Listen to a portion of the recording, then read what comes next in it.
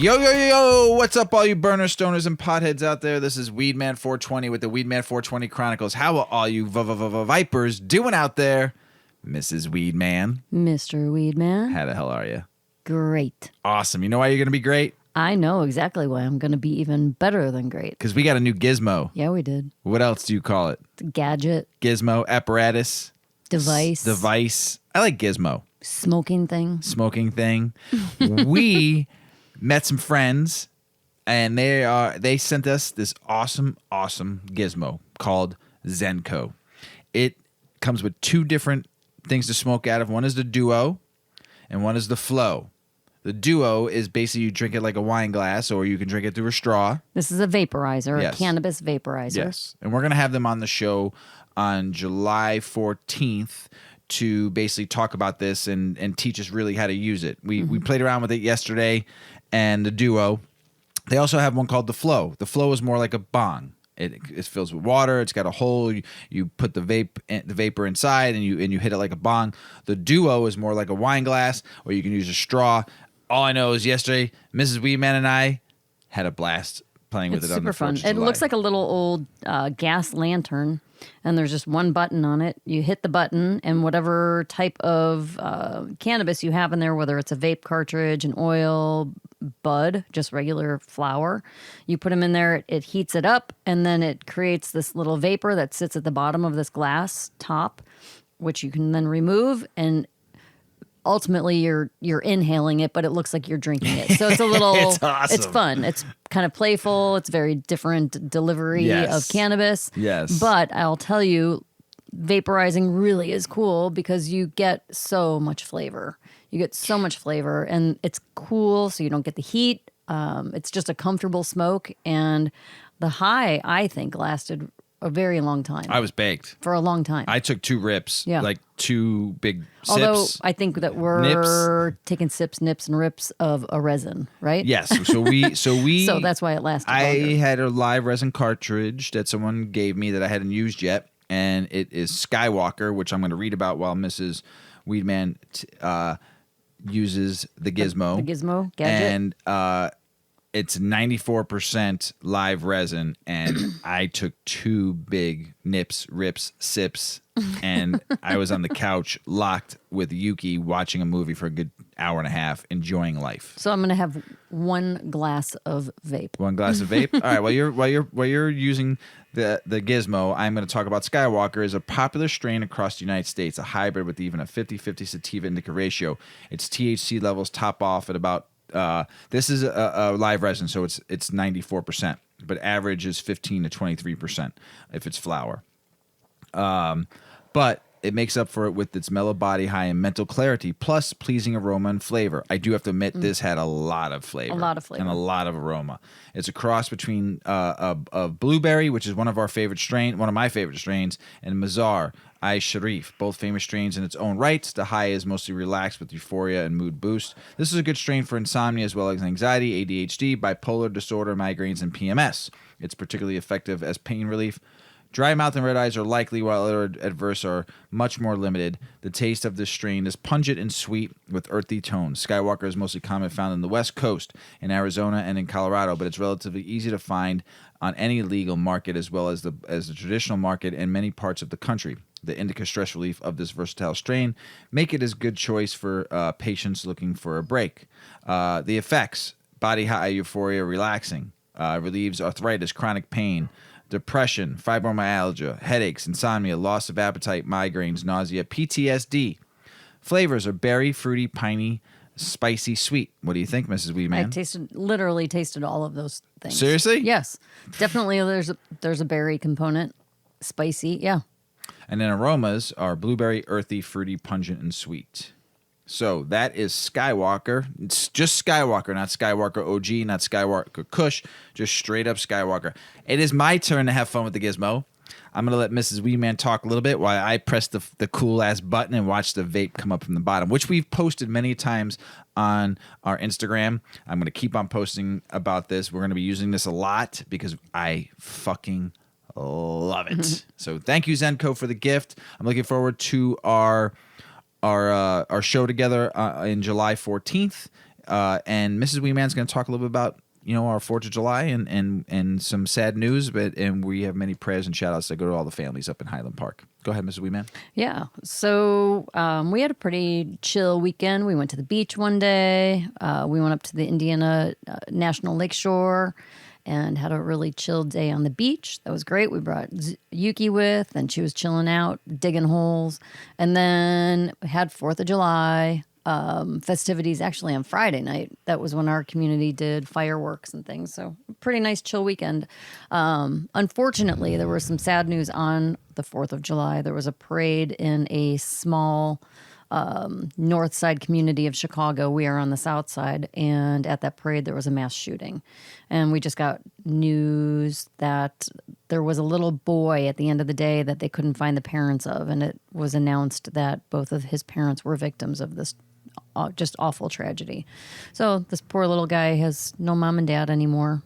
I know there's other family involved, but forever a life changed, a lot of lives changed, and a really tragic and sad event. So we just keep our thoughts and hopes, and we're praying for their families. We're praying for all of those families out there. We had friends up there that live up there too. Thankfully, they weren't at the parade at the time, but it still affects their life. It's their community. It's a small community. So we were connecting with them a lot, texting them and stuff like that. So, but our hopes and our prayers and our love goes out to everyone up there and all the families that were affected by this. And just hope everybody's okay. But otherwise, 4th of July was cool. It was good. It was chill. Nice. That was actually a solid 4-day weekend. Yes. Like our weekend started as soon as we could on Friday, and it was just a nice chill. I was ready to work today. Yeah, and the weather was beautiful too. Yeah. You couldn't ask for better weather down here in the south side of Chicago. I mean, it was perfect. Oh, pretty sweet. So gorgeous out. Just listening to fireworks, barbecuing, drinking beers, and smoking a lot of weed. Last night was definitely the champion of all the nights of fireworks. Yeah, Friday night, it was like the show, and then it was kind of quiet in the sky. And usually Chicago is a loud fireworks city all summer. All summer. They're going all the time. And even in the daytime, you're hearing some fireworks in the distance. Friday night was pretty quiet. Saturday night, it was like, oh, what time is it? Because now it's quiet. Yeah, it was like 11 o'clock. Everything shut down. And then Sunday was good. No, Monday night, though. 4th of July. Holy cow. The sky was loud. The boomers. Everywhere. It was great. I love it. It was great. So, before we get the show started, I have to say, wow. Boy, do I love that gizmo. It's so smooth.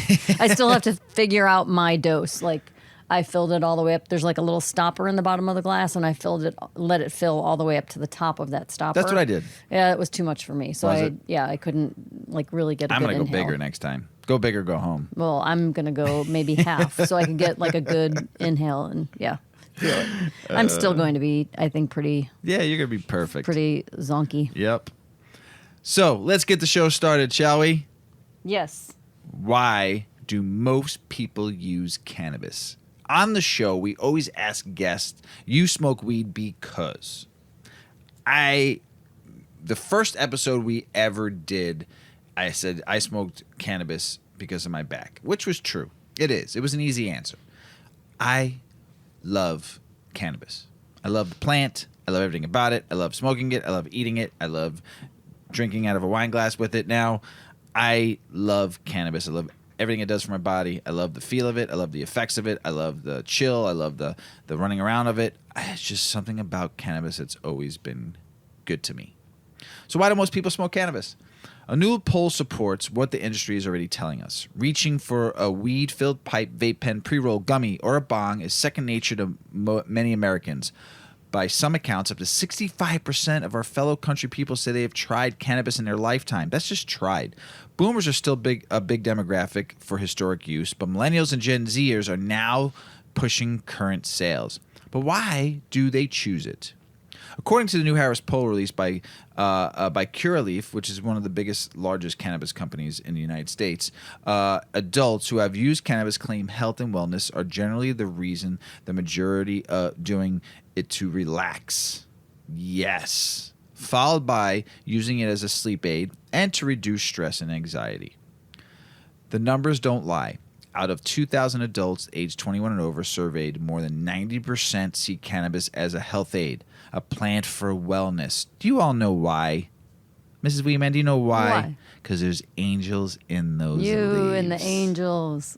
In those leaves. Which follows the trajectory of the industry right now. As legalization continues to grow, adult use is now legal in 19 states and counting. The stigma, stomp it, around consumption continues to fade. Cannabis is almost as mainstream as drinking beer. The only thing I'm adding to this article, it's not legal federally, and beer is. Mainstream, yes, but legalization, no. Almost being the operative word. There are still a number of states against full legalization and decriminalization, and federal legalization continues to be blocked, even if both sides of the political spectrum continue to push for it. This current survey is a representative changing tide. However, more Americans, 75% according to the poll, are looking for more holistic solutions for medical treatment, whether it's to fight cancer, depression, anxiety, glaucoma, or chronic pain. At 62% of people say they would prefer to use cannabis rather than pharmaceuticals in general. Educating consumers on how cannabis can be leveraged to support everyday health and wellness needs is critical to stigmatize the plant and providing consumers with more choices to best fit their personal lifestyles, says Dr. Stacy Woodcock, clinical cannabis pharmacist for Cureleaf, New York. There are a wide variety of ways to consume cannabis safely, and many formulations actually have minimal intoxication effects. Different product options with various ratios of THC and CBD give patients the opportunity to consume cannabis in a way that works with their lifestyles and, of course, comfort level. We all want people, this is me saying it, we all want people to be comfortable when it comes to cannabis. That's why I love Mrs. Weedman when she gets on her soapbox. She fights for it. She wants people to be comfortable using it, knowing about it, and stopping the stigma is one of our top 4 things. So, of those who choose cannabis as an alternative, 88% said it improved their overall well-being, and 86% said they would recommend it to a friend or a family member for medical reasons. That's a pretty good article. And thank you, Cureleaf, for paying the money to get these tests done. Because, like I said, some of these tests don't come cheap, and sometimes you got to pay for it. And a big brand like that has some money, and they're going to put some money to it. Good for them. Thanks. I'm baked. Yeah, I am too. And you got to go next. Yeah. You ready? This is a good article. I'm trying to focus. I'm focusing. I'm focusing, Mr. Weedman. I could do it. I have to say I have to say something. High Times in the last 4 or 5 articles I've read from them have been like pretty really well written. They're beautiful articles. This one is another one. You read one last episode. This is another one. They've been coming pretty hard, and I really, for a magazine that has been around for a long time, that's been fighting for it, writing about it, they've thrown some. They've impressed me over these last couple articles. So they're defending the bud, the purity of the bud. Yes, they are. Business. And here's the thing: they're over cannabis brands that don't like cannabis users. There are cannabis brands that are trying to take cannabis to a different way, and the reason why they're doing it is to make weed more friendly towards the people that don't like it, to the governments of the world that don't want to put it in their country. They're trying to make it not. I think they're just trying to make it pretty, right, or marketable. It's right. Make it. Okay, they're trying to stop the stigma in their own way, right? For profitability. I can appreciate in some ways. Yes, but they also know that the war on drugs created stigmas on cannabis, right? Pretty serious ones, and they come in all sorts of ways. They come in, negative comments about people who use cannabis. It comes in like just the idea that generally speaking, everything cannabis related is like, duh, like it signifies that you're this just blockhead. And you can only wear tie-dye and socks with weed leaves on them and listen to the Grateful Dead. And it's like, well, it never has been everybody who smokes weed. Right. Right? But that's just that's the immediate, idea that opens in your mind when you think about someone with cannabis. Right. Because we are preconditioned to think that. I'm rambling. Oh, you boy, are. am I. I got you. Point being, I can argue with this article a little bit because I can see both sides of it. I understand mainstreaming, right? Like every product, not every product, but products like this, they're trying to break a stigma, and they're trying to reach the general public who sees that as a bad image or negative, and put a positive spin on it to make it more approachable. Yeah, I get it. Acceptable. I get it. All right. Go to the article. I'm spinning here. Okay. This article is called "I'm Over Cannabis Brands That Don't Like Cannabis Users. Death to the Pretty Package." The marketing is dialed in. It's presented with buzzy words and pithy phases. The packaging is minimalist and well designed with sleek fonts, clean lines, and a tasteful but neutral color scheme. Maybe there's even a celebrity involved. The weed, which should be the focus, I very much agree, exists, but it's boilerplate, grown in mass, and sometimes flavored with botanical terpenes from other plants. It almost seems like an afterthought, and often it is. Right there, agree 100%. It's fine to do all these marketing approaches, mainstreaming with your packaging, but the focus is the bud. The bud should be good and clean, right? So according to Jimmy Devine, he's one of the authors here, he said he refers to it as press release weed. That's what he likes to call it. For some people, the new wave of sexy branding meets mediocre product hits home. Many companies are banking their entire businesses on the fact that cannabis is scary to many people, thanks to the efforts of prohibitionists over the years. They're hoping that there's some untold canna-curious customer who's just been waiting for the okay from Uncle Sam to light up. And once they do, they'll be hooked for life. And personally, I think this consumer archetype is the one this kind of marketing is intended for. I agree. But for anyone who's been smoking weed long and frequently enough, encountering sleek branding in today's continually legalizing cannabis industry can be a bit of a mindfuck. Who exactly is this for? I often find myself wondering, especially as a person who finds herself at the intersection of few seemingly high-priority target groups for cannabis marketers. I am a woman who, at 36 years old, is approaching middle age.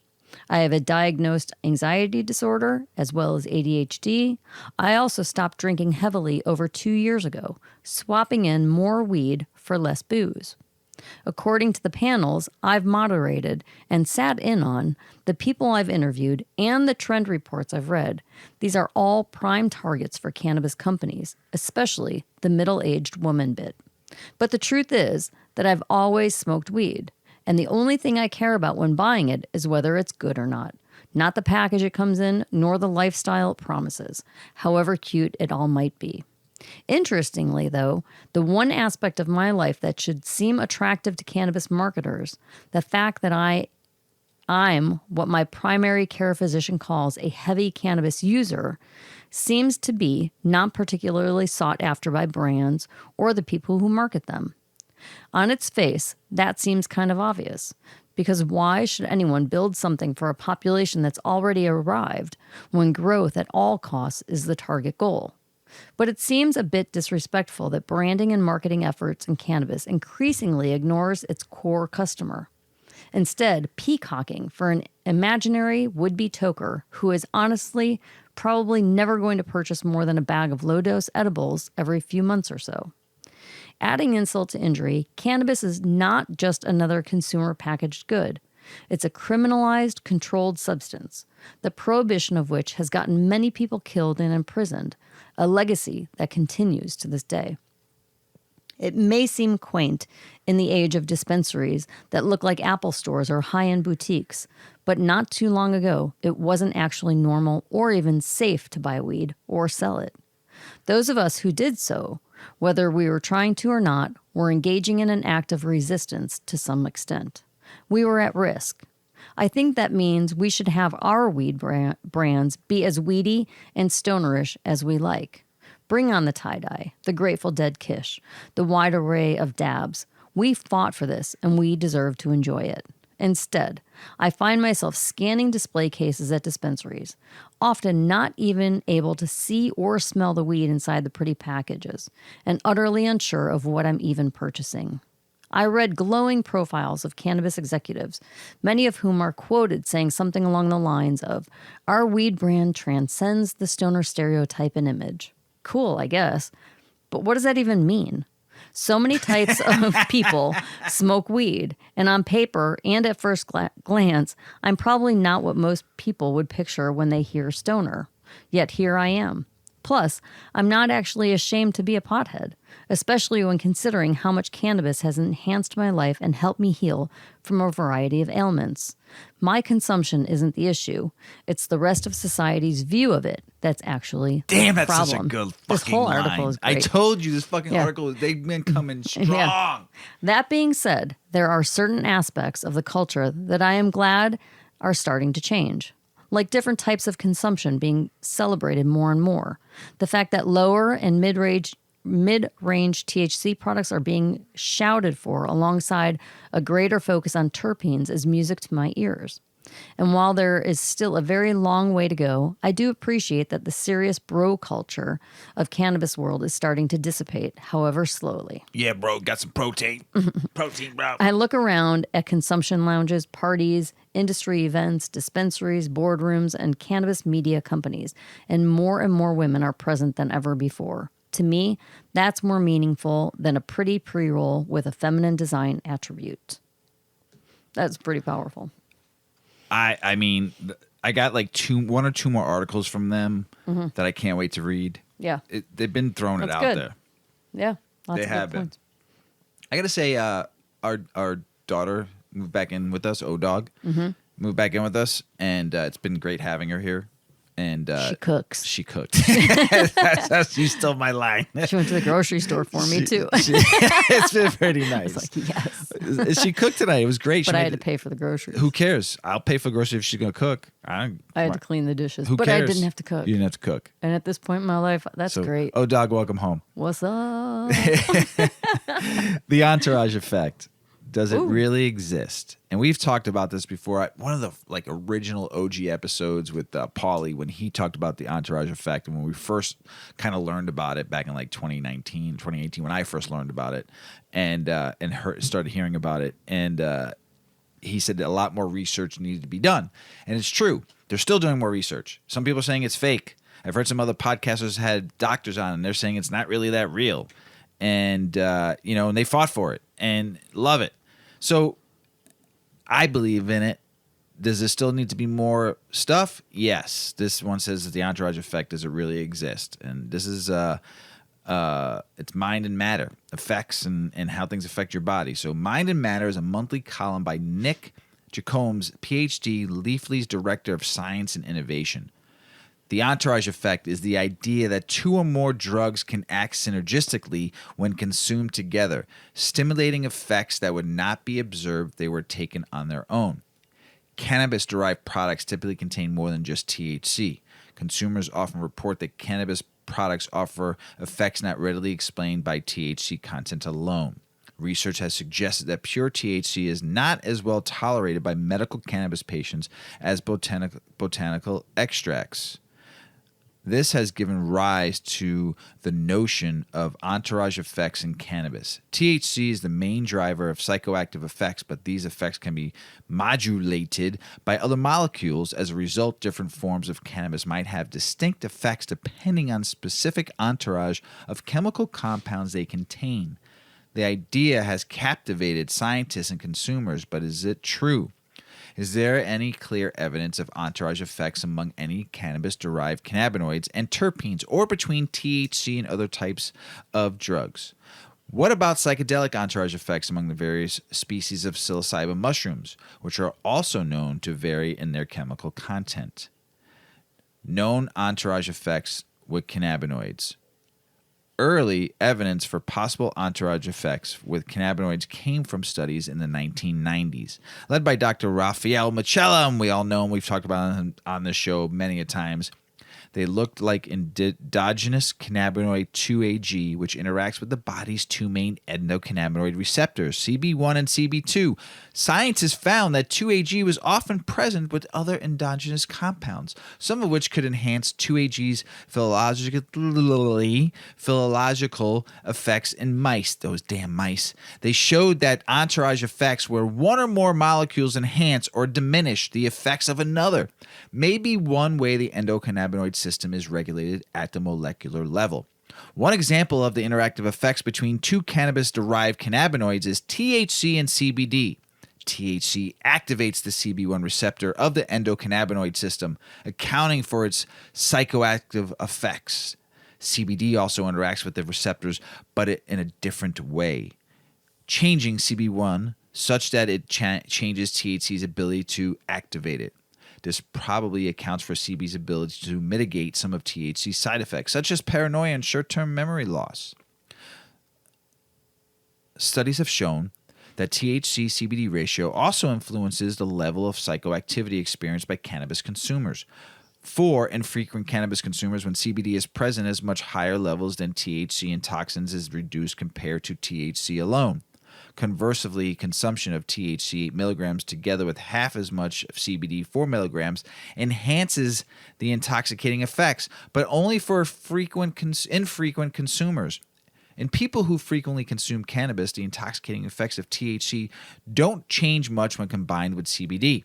This indicates that the psychoactive effects of cannabis can change based on the THC-CBD ratio in a way that depends on your level of consumption experience.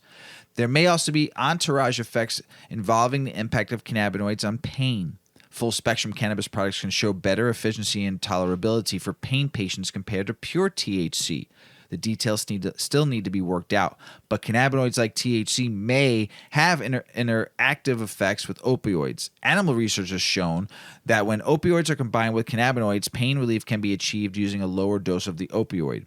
More human clinical research needs to be done here, but synergy between cannabinoids and opioids may be one reason why states and medical cannabis laws tend to see reductions in the use of certain prescription drugs. Entourage effects between cannabinoids and terpenes. Are cannabinoids the only factors in the entourage effect? Maybe not. There is a speculation that terpenes that violate compounds that give cannabis its aroma can modulate the psychoactive effects of THC. I will have to say the Zenko helps me read. One of the most influential scientists popularizing the view of Dr. Ethan Russo, with whom I've been spoken to about cannabinoids terpenes interactions. Two of the more widespread beliefs about cannabinoid terpene entourage effects are limonene provides antidepressant effects, brightening the effects of the THC high. Myrcene providing calming or sedative effects, accounting for the couch lock phenomenon many THC consumers are familiar with. While intriguing, these claims tend to rest on thin evidence in humans. The evidence is almost entirely anecdotal. There is no clear clinical evidence that limonene or myrcene modulate the THC effects in these ways, although clinical trials are now underway to assess this. While there is some preclinical evidence that terpenes like limonene and myrcene may have psychoactive effects in animals, these studies typically involve... Aren't we animals? Yeah. We're mammals, aren't we? Right. We're part of the animal kingdom. That's why it works so well. Resemble those with human cannabis consumption without co-administration with THC. Myrcene is one of the most common cannabis terpenes. It's not uncommon to hear that it promotes sleepiness. There are some animal studies investigating myrcene's effects on sleep, but they involve injecting rodents with myrcene together with drugs like pentobarbital or barbiturate with strong sedative effects. The results have generally not been replicated and sometimes show contradictory results, even within the same study, depending on the details of each experiment. While there may be good reasons to expect that some cannabinoid terpene entourage effects will be discovered, research to date is too sparse to draw from conclusions about human cannabis consumptions. Private research is also being done, which is awesome.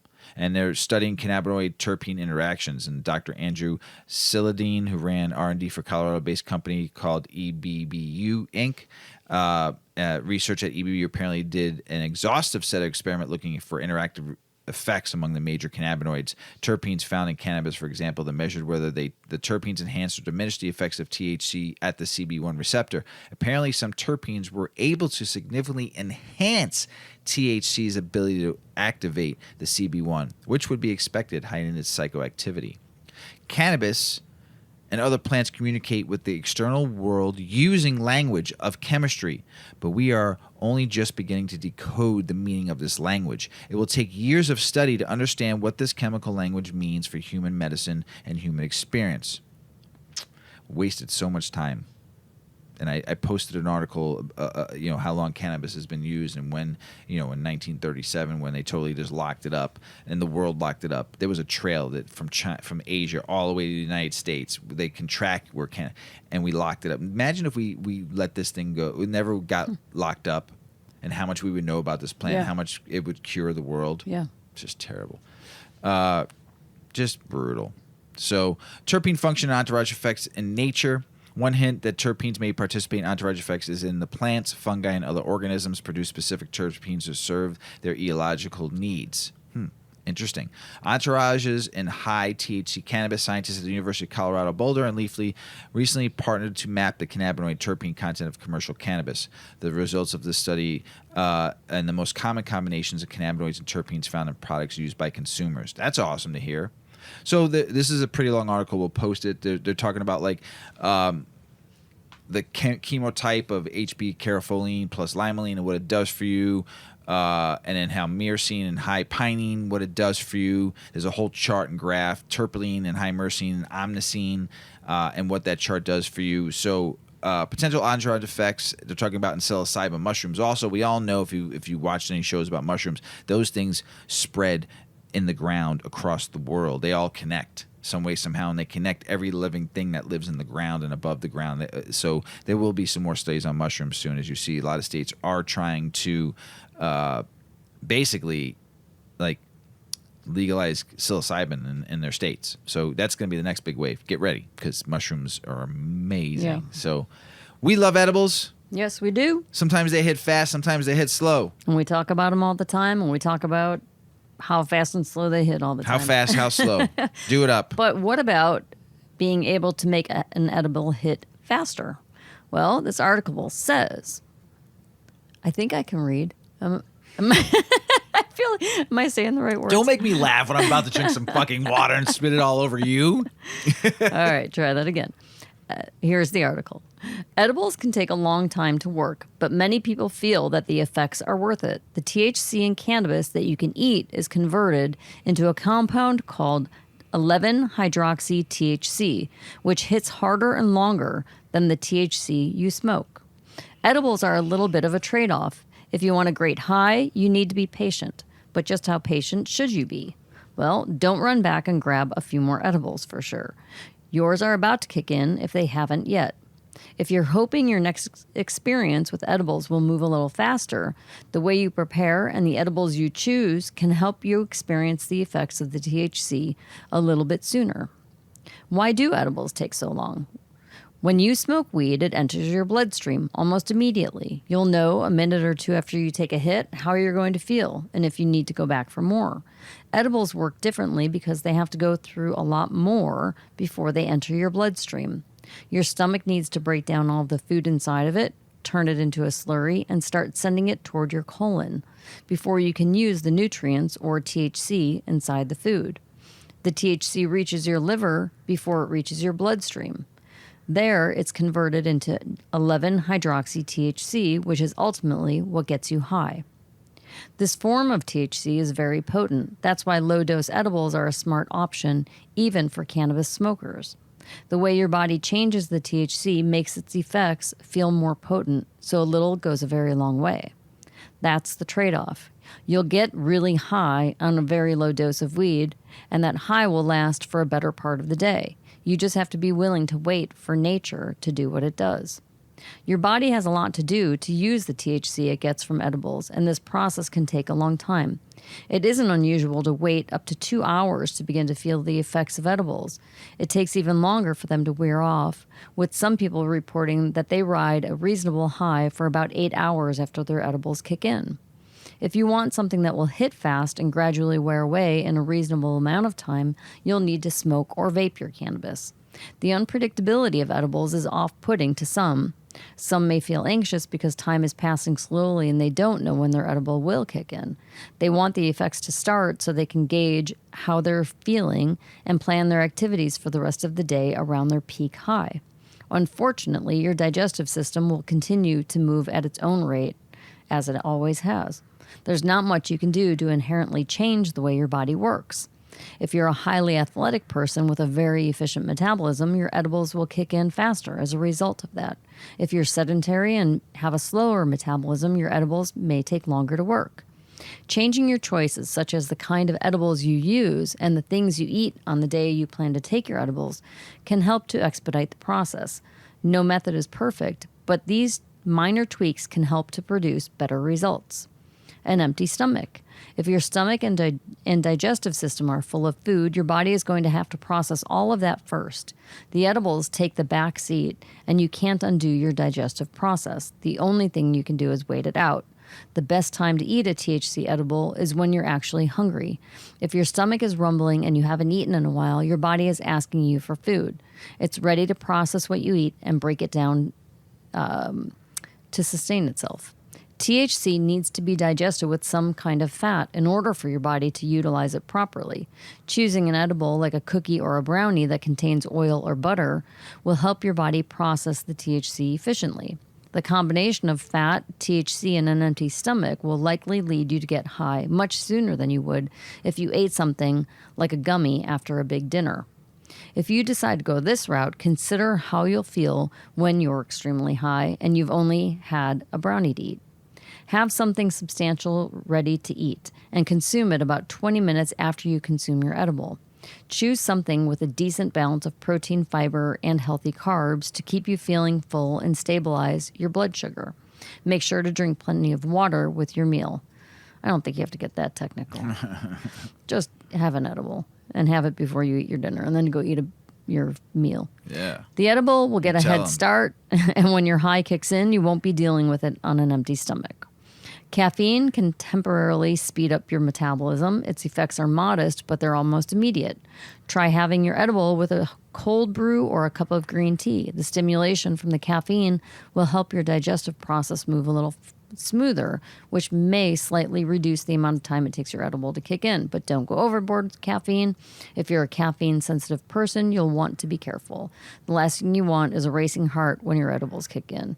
Your high may exacerbate that feeling and cause anxiety. Be careful not to consume high amounts of caffeine, especially if you don't ordinarily. If you have 4 cups a day, your body is used to it. You'll be less likely to experience any negative side effects. You could try taking your edible with a warm drink or while sipping a cup of hot soup or broth, and it will help break food down in your stomach a little faster.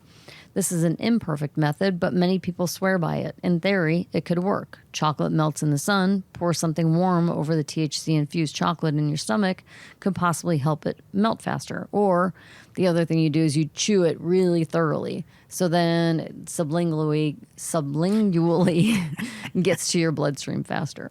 So if you keep that gummy in your mouth and just chew it till there's nothing, or let the chocolate melt on your tongue before you swallow it, I've found that does help make it faster. It does. If eating your weed seems to take too long, try drinking it. THC-infused sodas and sparkling waters are easier for your body to break down and use, and they contain a lot of complex carbohydrates.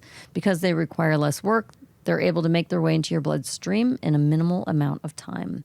If you can't get edibles to work for you, or if you're not a fan of the waiting period, use an alternative method. If you don't want to smoke or vape, try using cannabis-infused tincture. You can place a few, that's like a concentrate. You place a few drops beneath your tongue and hold them there. The THC is absorbed by the tissues under your tongue, which are very thin and porous. This gives THC a more direct route to your bloodstream, allowing you to bypass your digestive system and speed up the onset of your high. All in all, there's only so much you can do to expedite the process. The kind of edible you choose and the way you consume it can play a role in helping you experience the effects faster. You may just have to wait, though, for your edibles to kick in. Warming up your stomach is kind of funny. I thought your stomach's already warm. Like coffee and an edible. Bowl of soup. Like a piece of chocolate and a cup of coffee. A bowl of soup. Bowl of soup. Yep, makes it a little higher. And no soup for you. I'm baked. I took another hit. Why do you do that? I really like that thing. That's why I want to just hit it. I want to hit. This is funny because I texted a friend of mine and I said, "Listen, I'll see you on the road soon, and we're gonna take some road nips." And he's like, and I sent him a picture of it, and he was crying. Yeah, road nips. Road nips. Little nips, just little nips on the road. Sips, nips. Just pass it to him like, "Hey, you got any great poupon? Got any great poupon?" And I pass him over the glass full of vape, and he just takes a drink and then just drives away. Squeeze me. Can you pass me the Grey Poupon? No, excuse me. Excuse me. Can you pass me the Zenko?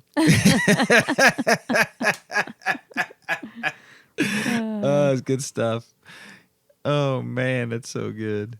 Imagine eventually, like at bars, you're just at a bar and you're like, I'll take a 10 milligram shot, please. That's what I'm saying. Right? It's fucking going to be awesome. Yeah. The 21st century? Duck Dodgers in the 21st and a half century. Zenko came out with that. Duck Dodgers? Duck Dodgers. Don't you remember What's Daffy that? Duck? Duck instead of Buck Rogers, he called himself Duck Dodgers. You don't remember that? No. Are you making that up? No! Do I have to prove you wrong? No, you don't. Okay. I believe you. I'm going to look it up when you do your long episode. We're going to play it just because I know. There's a travesty, and here's the travesty. In Mississippi, weed is going to be going legal soon, and there's a man there who got busted and sentenced for 1.5 ounces of cannabis possession, and his case is not an anomaly, but they're keeping him in jail. And his name is Alan Russell, and he's 38. And he was sentenced without parole in 2019. Life without parole for 1.5 ounces of cannabis. I've heard about that. Come on. Last Prisoner Project is helping. Yeah, I know. It's some bullshit right there. Come on, Mississippi. You're about to legalize it. Man, don't life in prison for 1.5 ounces. My goodness. It's up to Biden to direct mass clemency for cannabis cases, U.S. Pardon Attorney says. Okay, sure. Minnesota legalizes low-dose cannabis edibles, and it surprised all the Republican leaders that voted for it because they didn't read the bill. So the sale and consumption of some low-dose cannabis edibles became legal in Minnesota on Friday. It was great, bringing celebration from weed advocates and from at least one legislator said he wasn't aware of what he voted for. The new state law allows Minnesota over the age of 21 to buy food and beverage containing up to 5 milligrams of THC per serving. Hey, it's something's better than another. And they can put 50 milligrams per package. That's pretty good. Low, but, whatever. It's still good. Something's better than nothing. And so everybody was all kind of like, what the hell? This Democratic state representative suburb Heather Eldison of the Minneapolis suburb of Edina, that's why I got a little tongue-tied there, sponsored the legislation in Minnesota House and has said that the law was designed to rein in the Delta 8 market, which has raised some health concerns among critics. The low-level legalization, she said, was known and necessary effective attaining the goal. So that's pretty cool. So it's 5 milligrams, 50 milligrams per package. So, I mean, who knows? I don't know what they'll charge for it. They're not talking pricing yet up there, but you can pop a 50 miller if you want, if you're a high dose person. So, but at least you get some edibles. It's getting better. Should be. It's just weird why Minnesota's not even fully like recreational yet. It's crazy. Cannabis TV ads might protect from FCC under new bill in Congress. We'll see if it happens. I mean, the Congress and everybody's been promising so much shit lately on cannabis and they haven't delivered. They need to learn something. The government. They need to learn to under-promise and over-deliver. That's what they need to do. Because they over-promise and never deliver. I think they need to take something from the sales playbook of Weedman 420 and under-promise and over-deliver to the people of this country. Because you all suck. Nevada gives final approval for cannabis consumption lounge. Good for them. U.S. Army wants to make sniper uniforms out of hemp. I think that's a great idea. And you should let the U.S. Army men smoke it, too. You and I are mom and dads, right? Yeah. Nowadays, we kind of sometimes what? Smell like what? We might smell like weed. Yeah. It's possible. Yeah. There's an article, though, you're going to read. Tell us about it. This is a long one, so follow me on this because I tried to brief it a little bit, but there's details that just can't be left out. It's a story. It's an important story. This is about good moms and dads sometimes smell like weed. How the marijuana stigma nearly destroyed one New York mother. Editor's note says, Kimber Arezi is a Long Island resident. She's a medical cannabis patient, caregiver, and advocate. She's an active volunteer for Women Grow and director of education for the Canna Diva, an online community fighting the stigma of cannabis consumption. She wrote this first-hand account for New York Cannabis Insider to show the stigma surrounding marijuana and how it can impact a person's professional and personal life. So, here we go. As a child, Father's Day weekend never really meant much to me. I didn't have a father growing up, but for my husband, Father's Day was everything. He wanted to be what he never had. And he was always so proud of all of the things our child had that we didn't. A house, a backyard, a pool, vacation. two parents who liked each other, always so proud of what he provided, of the world we had built ourselves. And on these retail holidays, our child was a gift enough to celebrate. We had everything we needed or had ever wanted. Simple happiness. Looking back, it feels as if we cherished so much while taking the quiet of our lives for granted. Since October 2018, I've worked in New York State's medical cannabis industry. Yep, I work in weed. Legal weed, that is, recommended to patients. Every day, I teach how the plant can create a myriad of different medicines. Each medicine may help life look a little better as your body feels a little better. My job was to provide counsel on how cannabis helps the body find balance to assist their pharmaceuticals efficiently. As more practitioners started to recommend cannabis for chronic pain and IBS, more community members came seeking relief. People wanted to stop taking painkillers and benzos. They wanted to stop counting pills. The connections that we made with patients was astounding, and we saw people's lives transform. We helped families have open conversations and communication about cannabis and cancer. Unfortunately, we also watched life slip away. We created a community circle, a cannabis circle, where through our consumption, we could connect and compare and care compassionately for each other. And patients came back because we cared. At the time, everyone in my world was from the cannabis scene, or what we would call our New York Canna-Fam. Everyone consumed in one fashion or another, and for one condition or another. I spoke publicly about the stigma attached to consumption, but outside of small issues and jabs, I had never been harassed or targeted for my consumption of cannabis. When the Marijuana Regulation and Taxation Act, also called the MRTA, was signed on March 31st of 2021, it was the start of cannabis independence in New York State. While legal adult use sales have yet to start, New Yorkers have been able to consume and carry without the fear of criminalization. Bottom line, you can burn and police can't stop you. You can smell like weed and you can't be stopped and searched. If you're carrying up to 3 ounces or have 24 grams of concentrate, you're cool in New York. Sort of. Outside of the 38 medical dispensaries in the state, there isn't any place to legally buy cannabis yet. For me, March 31st of 2021 marks the first time I felt safe in my home since the pandemic started. That's because the MRTA ensured that CPS, or Child Protective Services, can't be called because of the smell of cannabis. It doesn't mean I won't be targeted, bullied, discriminated against, harassed, or threatened. But as a parent who consumes cannabis, smell is no longer a trigger. Anyone can place a call to Child Protective Services to help a child in need. But the call that was placed about my son wasn't rooted in good. We were targeted because of my employment. At the start of the pandemic, in March of 2020, New York cannabis workers transitioned from illicit to essential employees. 7 years of advocacy to include recreational cannabis to our medical estate finally seemed viable. At the same time, the first CPS claim was filed against me. The agent read 24 lines out loud that documented my son's broken wrist, lateness, and absences. My son went to school with a broken wrist because he has neuropathy and didn't feel the pain. He has nonverbal autism and can't articulate emotion, let alone pain.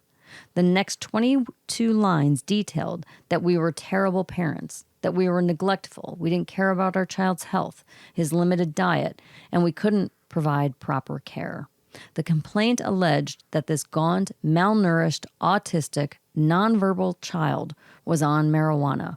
He smelled like marijuana and was uncared for because of marijuana. The perception that I was too stoned to bring him to school.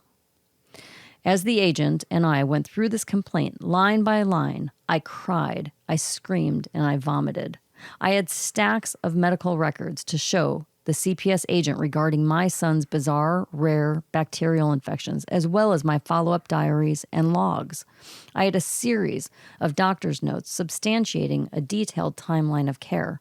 I had records to show all of the outside treatments and therapies we provided for our son. When the agent asked if I used marijuana, I proudly answered every single day. I am a New York State medical patient, caregiver advocate, and educator. I consume cannabis orally, sublingually, and vaporize, and I laid out my New York State medical card, my husband's card, and our caregiver cards showing we could carry and handle each other's medications. Then I provided my work ID badge from one of the largest multi-state operators in the country. When you work in a plant-touching area of cannabis, you become immune to the smell, and between the vault and the grow room, everything in your world is permeated by the smell of cannabis, which isn't a problem until you leave your safe canna circle. As a result of the pandemic, my world was turned upside down. My son lost most of his services. He was extremely ill. We resolved many issues, but we couldn't resolve the issue that many autistic families face: restrictive sleep patterns. Sleep does not come easily in our home. We've worked with sleep experts and tried all of the obvious options. They don't work. As my son's neurologist says, I can shift the sleep cycle, but I can't extend it. Mornings are not easy for us. During the pandemic, dealing with illness and a world that had no true timeline, my son's sleeping patterns worsened. His days started at 11 a.m., which meant he missed most of his online school and therapy during the summer session. Our CPS case was later dismissed in August of 2020. We felt a sense of calm in our home for the first time in 6 months since the pandemic started. Elated was an understatement. Then, during the September 2020 school session, my son's speech therapy was scheduled for 8 a.m., and I questioned this. I had shared that it would create another stress for my family during the pandemic, but it was the only time the teacher had available. I asked for another option. She said the time couldn't be accommodated. And I said, but shouldn't the time accommodate the child and not the teacher? But it was a national pandemic, and I was grateful to have any services. Grateful that both my husband and I still had jobs. Constantly focusing on being grateful, since it always could be worse. We had hired a therapist since the beginning of the pandemic to come to our home every day from 11:30 to 3:30 to help my son with his homeschooling. I was very clear. 8 a.m. was not a reasonable or attainable goal. The school was very clear that this was their only option. When school started, my son was having more pain associated with his health than ever before. When he did sleep, he woke up screaming. It was brutal. Our kid was in pain, sick, and none of the doctors felt the same sense of urgency that we did. I tried to attend the 8 a.m. therapy. I liked the teacher. She always advocated for our boy, but she would just push. Why isn't Zach's mom here? Mom, why is he sleeping? Why can't Dad wake him up? Mom. I detailed how he woke up screaming, had painful urination, and that what would help me would be assistance with paperwork that's required by the Office for People with Developmental Disabilities, the OPWDD. They actually help families like mine gain access to resources. That's what would help me. And the teacher went on to say, we just want to help you. How are you going to help me? I asked. You can't even move therapy time for my son. You don't answer my requests for OPWDD assistance. You know what would help me? I could send him back to school and he could bring home COVID and we could all die. That would help me. She told me she felt just so bad. I hung up and had my bi-monthly call with our school family therapist, detailed the conversation, and we laughed. As my therapist said, we've just got to find a tangible solution. I reviewed my detailed notes on sleep, feeding, and behavior. We were aligned, but what were we waking him up for? The world at this time had no clock. Simultaneously, the speech teacher reported us to CPS because I had threatened suicide. I wished death for our child, and the father was unknown or not present, and mom always seems frantic and constantly working. Sessions were missed, and the child's safety should be questioned.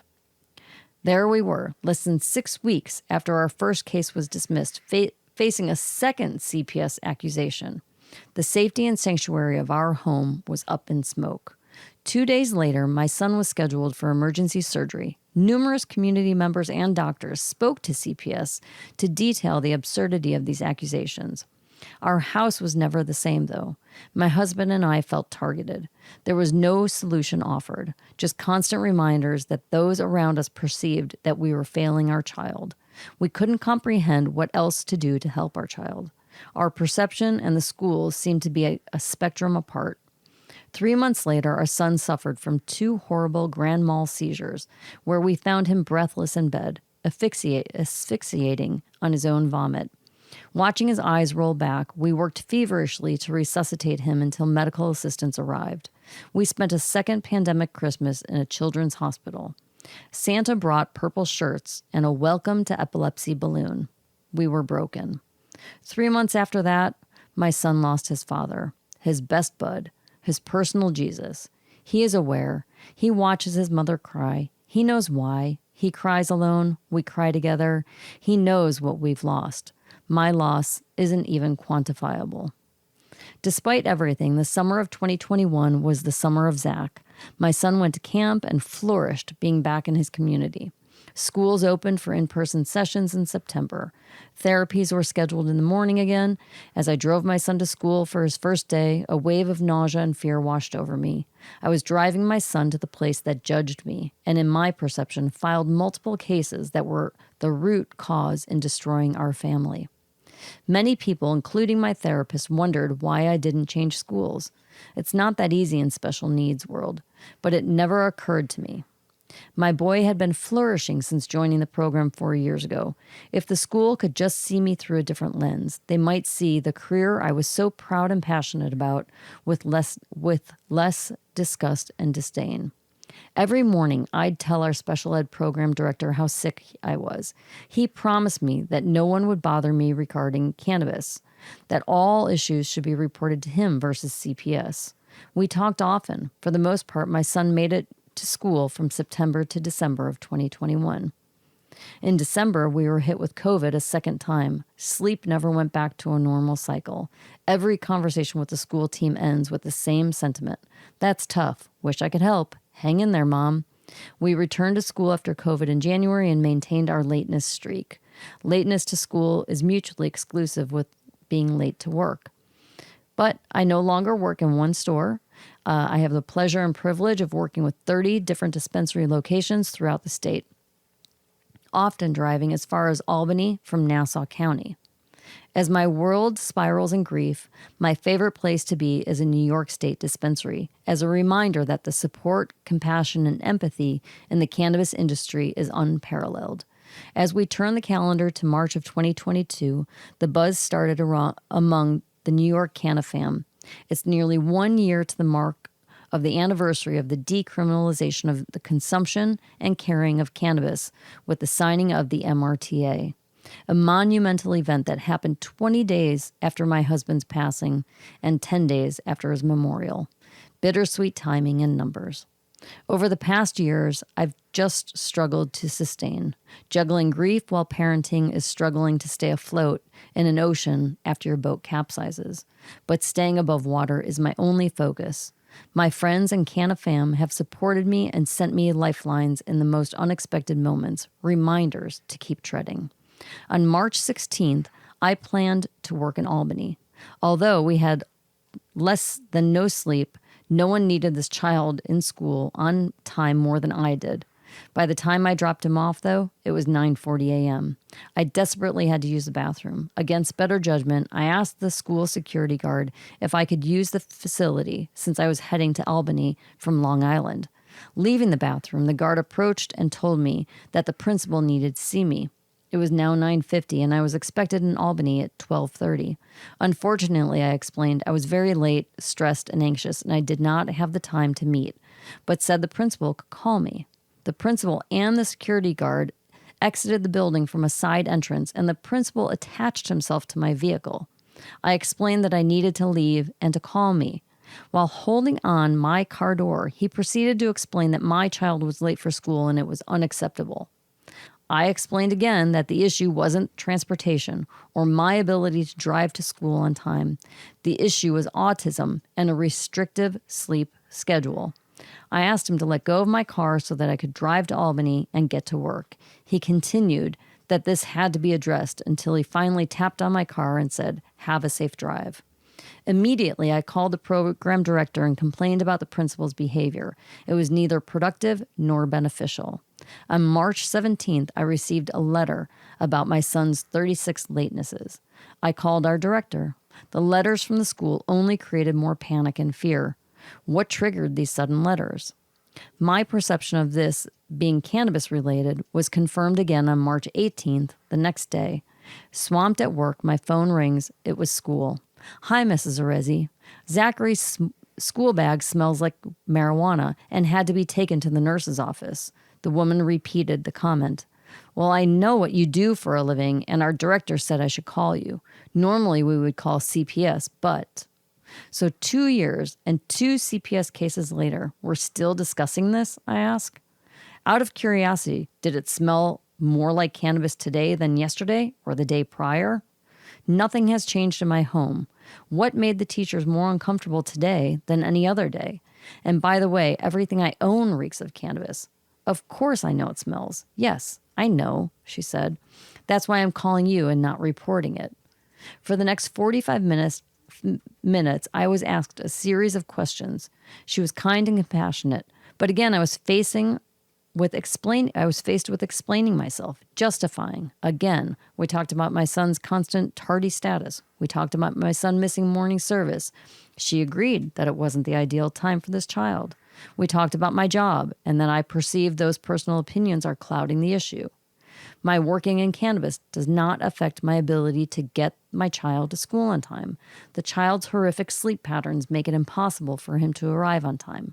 I reminded her of one thing I need and have asked for help with, OPWDD. We agreed that I would document his lateness, another job for me, but a daily email would be sent to list why he's tardy. We agreed that tardy was better than absent. She agreed to try to move his therapies to an afternoon for the next year. We agreed that CPS would not be called over this. I felt better. I felt safe for the moment. Well, for 4 days anyway. On March 21st, I dropped my son off at school and went directly to my home office. When I left 2 hours later, I found a hand-delivered letter flagged in my mailbox for my son's school. It was a letter to detail how his 37 absences were not acceptable, and I felt violated, targeted in my home. I photographed the letter that the school claims was mailed without a stamp or a postmark. Another "get him there on time or else" letter. Another threat with no offer of help or solution. Another entitled action that illustrates the perception that this is deserved.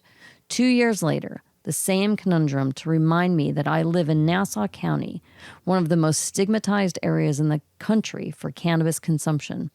New York State is poised to be the leader in the new adult cannabis market coming to the tri-state. We are expected to lead the country in cannabis sales, which means that our state will experience employment opportunities, increased revenue for tourism, and desperately needed financial revenue. It is my only hope that perception around parenting and cannabis will evolve, that the perception of the lazy drug addicts will evolve into what we are, people, parents, just trying to get by. Hopefully, a New Jersey adult use market continues to thrive and access to safe and regulated products continues. The masses will realize that we're more than just users. We are consumers, and we are community leaders and crusaders. We're the advocates fighting to free a plant that has been stigmatized and scandalized for political agenda and motivation. We are healthcare leaders who offer a more natural pathway to healing. We're advocates looking to expunge criminal records created during this man-made war on drugs. We're legislators and leaders working to lay a foundation for the largest business to hit our country since the tech revolution.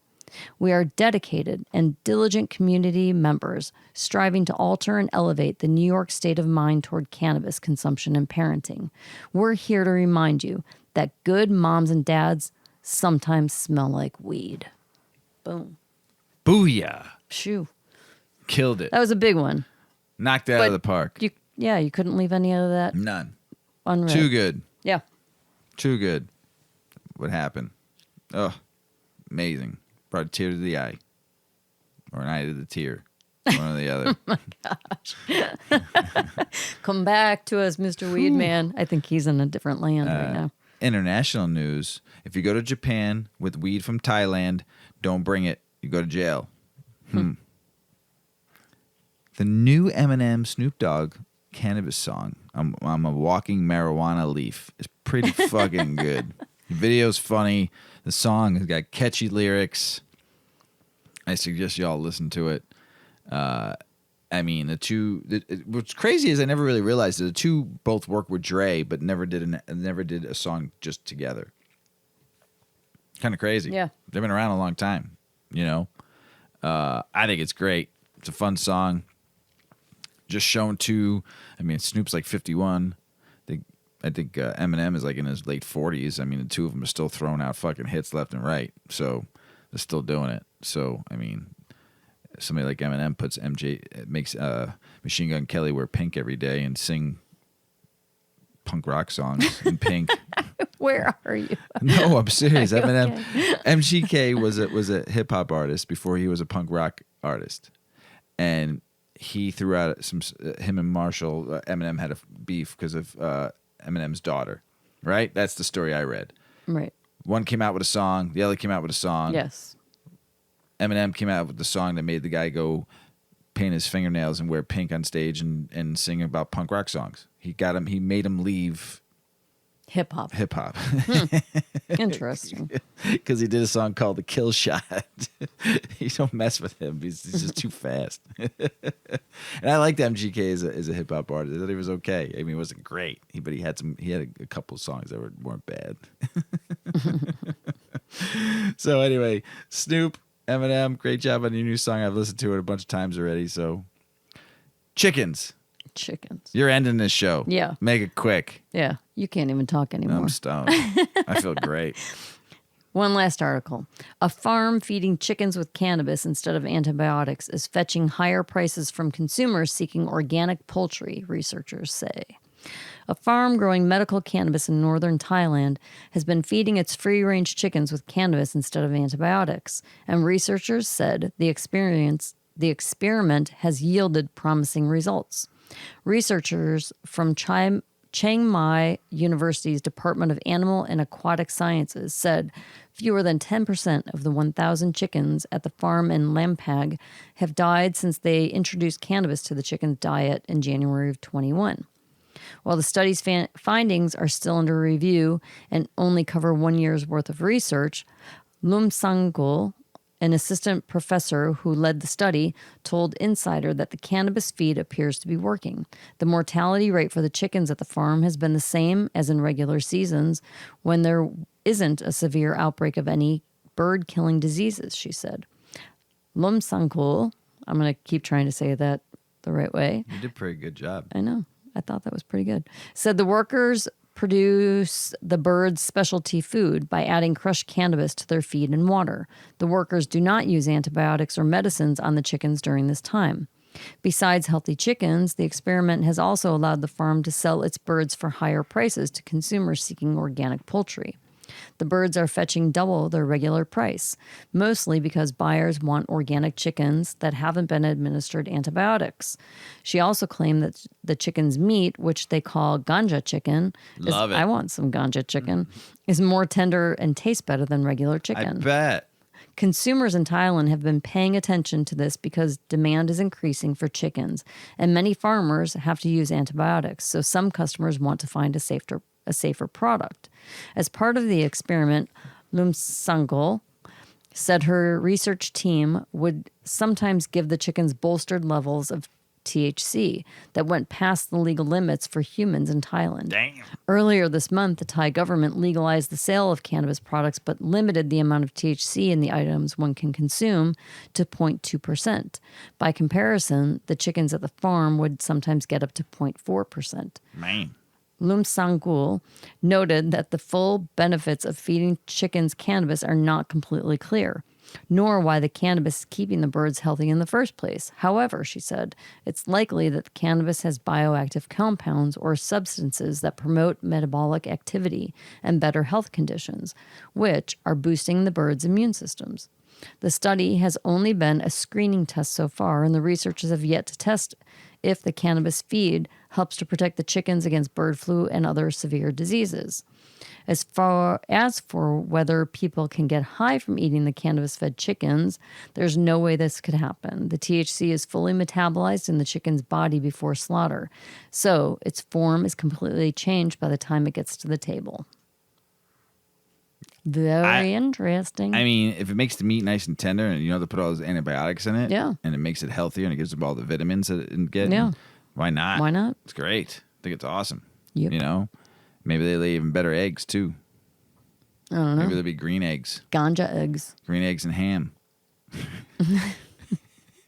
All right, Mr. Weedman. Hey, everybody out in the world. Miss Weedman. What? Great stories today. Good stories. And everybody out in the world, we love you. I'm baked. I love this machine. I'm going to bed with it tonight. I'm going to hit it all the way to bed. Sleep with it? No, it'll sleep next to my whoopee? bed. It's going to be kind of. It's the nightcap machine.